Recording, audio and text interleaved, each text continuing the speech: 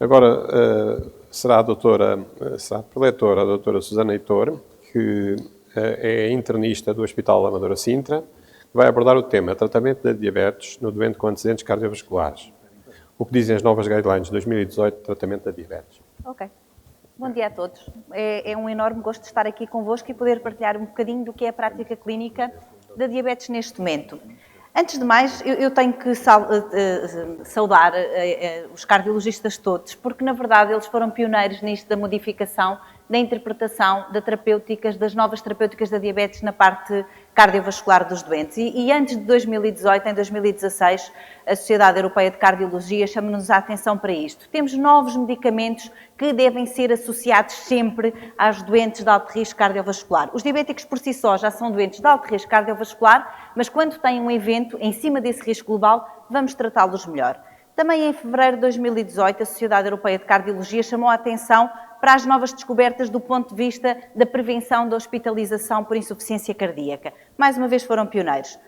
Claro que as sociedades da diabetologia, tanto a europeia como a americana, juntaram-se e emitiram em outubro do ano passado, em 2018, este novo documento, que é um documento de consenso, e efetivamente o que nós vimos foi uma mudança absoluta de paradigma. A seguir à metformina, em que nós tínhamos autonomia de escolher como quiséssemos, quando quiséssemos, o que quiséssemos, nós passámos a ter aqui um esquema que nos alinha a cabeça de uma forma dicotómica. Ou seja, nós vamos ter os doentes que, apesar, eu ressalvo, doente diabético igual a doente de alto risco cardiovascular, nós vamos ver isto aqui. Portanto, doente diabético que já teve evento cardiovascular deve ser tratado com medicação em segunda linha prioritária, entenda-se análogos GLP-1, inibidores SGLT2. E depois temos a abordagem de acordo com o peso, de acordo com as hipoglicémias, de acordo com os custos. Não vou abordar por aí. Esta é a coisa que nos interessa porque efetivamente estamos no Congresso Português de Cardiologia.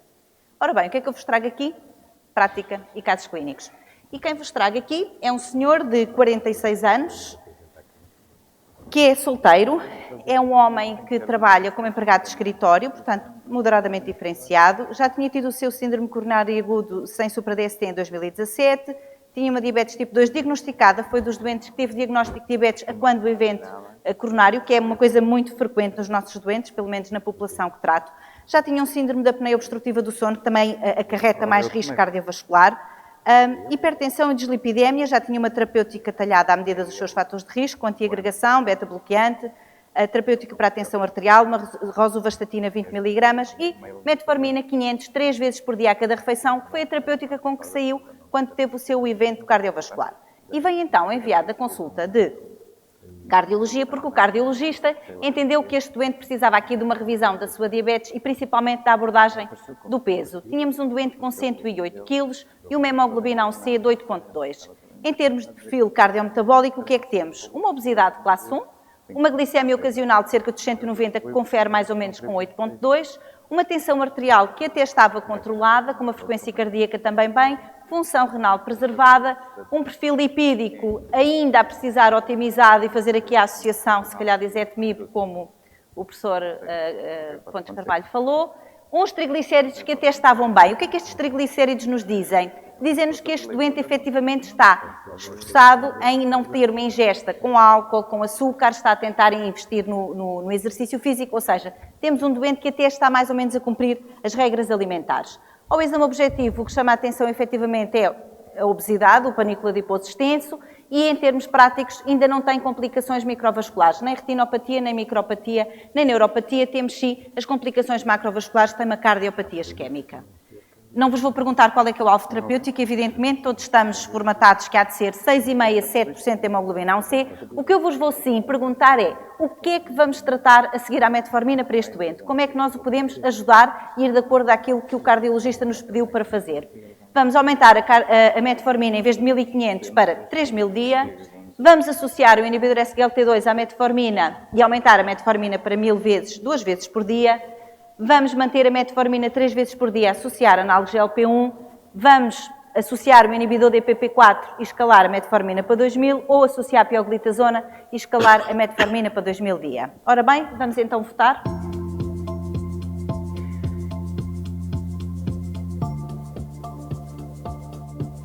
Aqui, mais uma vez, isto não interessa se a resposta é certa ou errada. Interessa pensarmos acerca do assunto e o que é que vamos fazer com este doente para o deixar melhor. Porque, efetivamente, as coisas modificaram-se, temos a parte dicotómica, mas mesmo assim podemos selecionar algumas opções.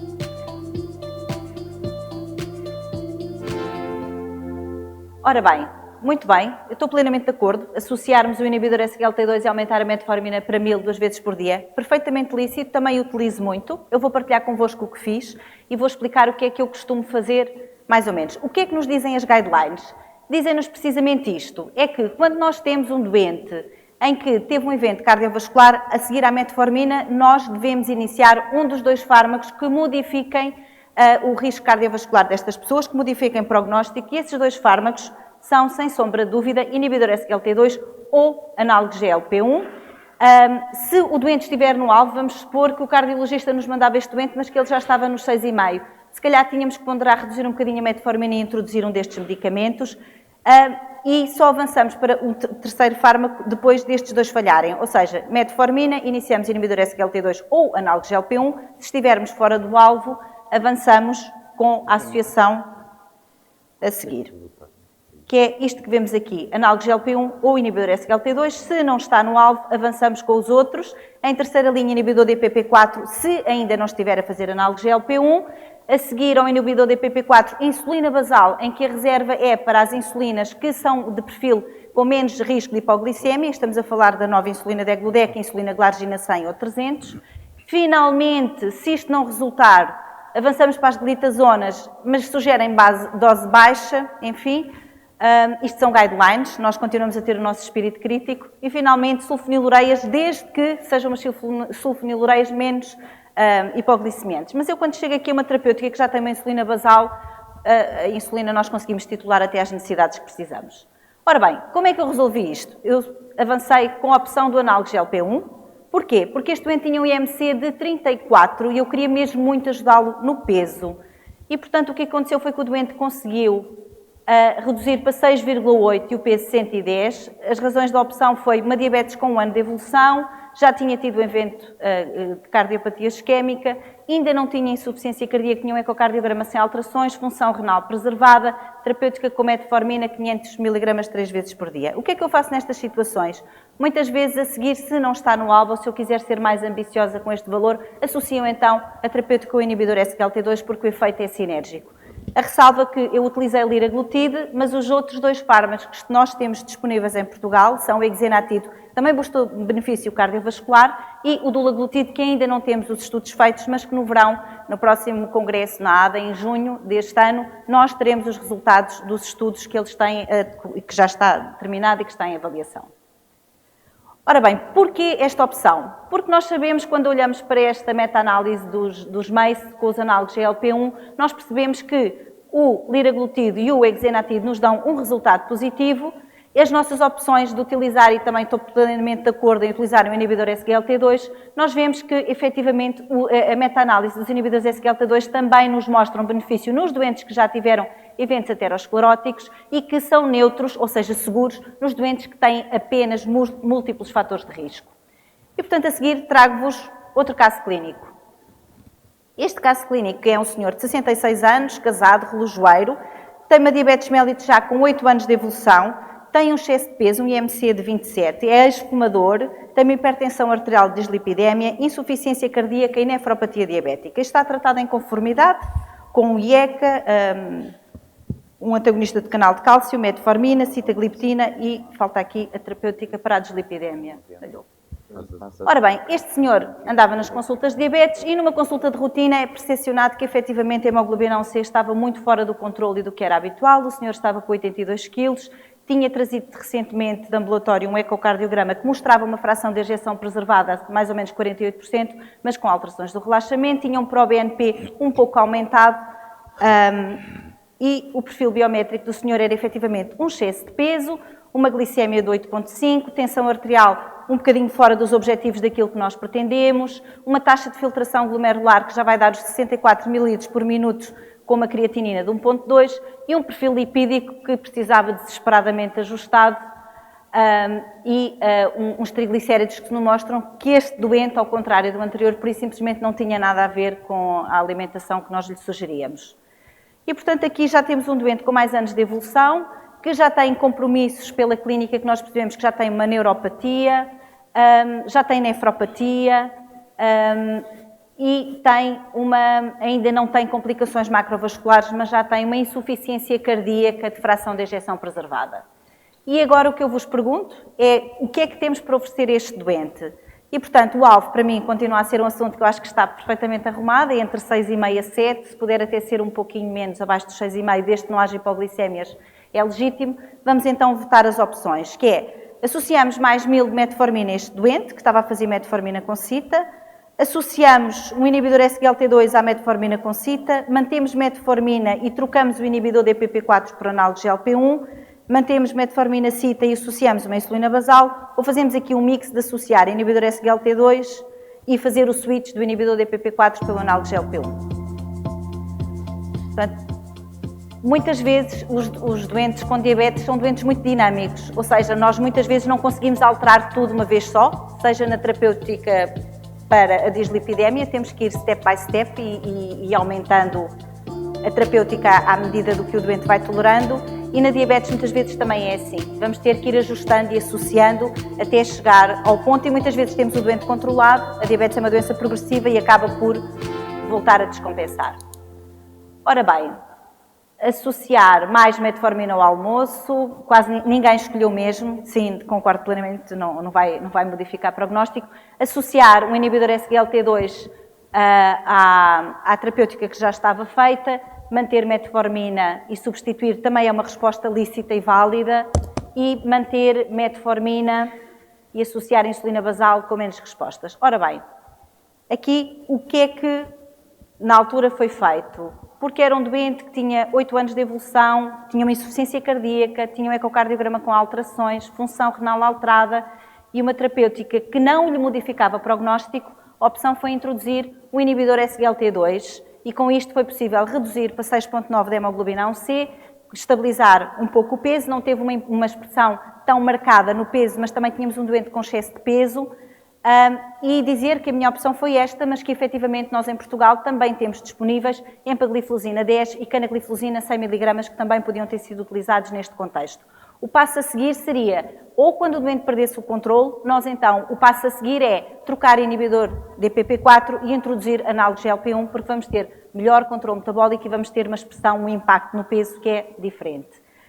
Onde é que nós vamos obter esta percepção? Às informações dos estudos, dos resultados dos CVOTs, especificamente na insuficiência cardíaca, nós vamos perceber que o benefício nos doentes já com doença aterosclerótica é importante, mas nos doentes só com fatores múltiplos de risco é muito importante também, e nós vamos perceber que os inibidores SGLT2, aqui em termos de preservação da insuficiência renal crónica e da insuficiência cardíaca, vão ter um resultado e um impacto muito positivo, e que, ao contrário da doença aterosclerótica estabelecida, que nós só íamos ver modificação, benefício nos doentes que tiveram evento aterosclerótico, na insuficiência cardíaca e insuficiência renal, nós vamos ver que vamos ter benefício mesmo naqueles que ainda não têm compromisso e são só diabéticos. Isto é muitíssimo importante, porque nós vamos com estes medicamentos conseguir reduzir as taxas de hospitalização por insuficiência cardíaca. Mesmo que muitas vezes não tenhamos este diagnóstico de insuficiência cardíaca estabelecido em todos os nossos doentes diabéticos, porque, pelo menos na área que eu sirvo, às vezes é difícil ter acesso aos exames como os ecocardiogramas. E, portanto, a mensagem que eu trago aqui para partilhar convosco é que, acima de tudo, tudo mudou. Este algoritmo é extremamente importante, que é aquele que nos diz que, acima de tudo, nós tratamos doentes com diabetes por 2 objetivos fundamentais, que é melhorar a qualidade de vida e prevenir complicações. Isto deve ser a pedra basilar do nosso raciocínio. E que, a seguir à metformina, quando nós temos doentes ou com insuficiência cardíaca e insuficiência renal, ou já com doença aterosclerótica estabelecida, nós temos que optar entre estes 2 grupos. E muitas vezes a seleção, no caso da doença aterosclerótica estabelecida, se o peso for muito importante, podemos começar com análogo GLP-1. O que a minha experiência me tem demonstrado é que ao longo do tempo nós acabamos por ter os doentes com metformina, análogo GLP-1 e inibidor SGLT2. Mas nunca esquecer que se o foco é insuficiência cardíaca e renal, temos mesmo que avançar com os inibidores SGLT2. E atenção que clearances de creatinina entre 60 e 90 já é insuficiência renal e que são esses doentes que acabam por ter o maior benefício na utilização dos inibidores SGLT2, seja na prevenção da insuficiência cardíaca, seja dos eventos renais, do progresso para a insuficiência renal. Portanto, como tal, a minha mensagem final é esta. Doentes diabéticos com antecedentes cardiovasculares, evitar a inércia terapêutica. Eles não ficam bem com 7,5 nem com 8, ficam bem entre os 6,5 e os 7. Modificar estilos de vida é fundamental para tudo o que temos estado a falar aqui. Alimentação, exercício, dieta, a melhoria da qualidade de vida. Metformina na primeira linha continua nas guidelines, mas efetivamente temos que ser proativos na utilização destas novas classes terapêuticas. E só assim é que vamos manter o coração da diabetes muito saudável. Muito bem, muito obrigado, Susana Heitor. Excelente apresentação, tornando fácil um assunto que está complicado ou aparentemente complicado. Foi muito explícito.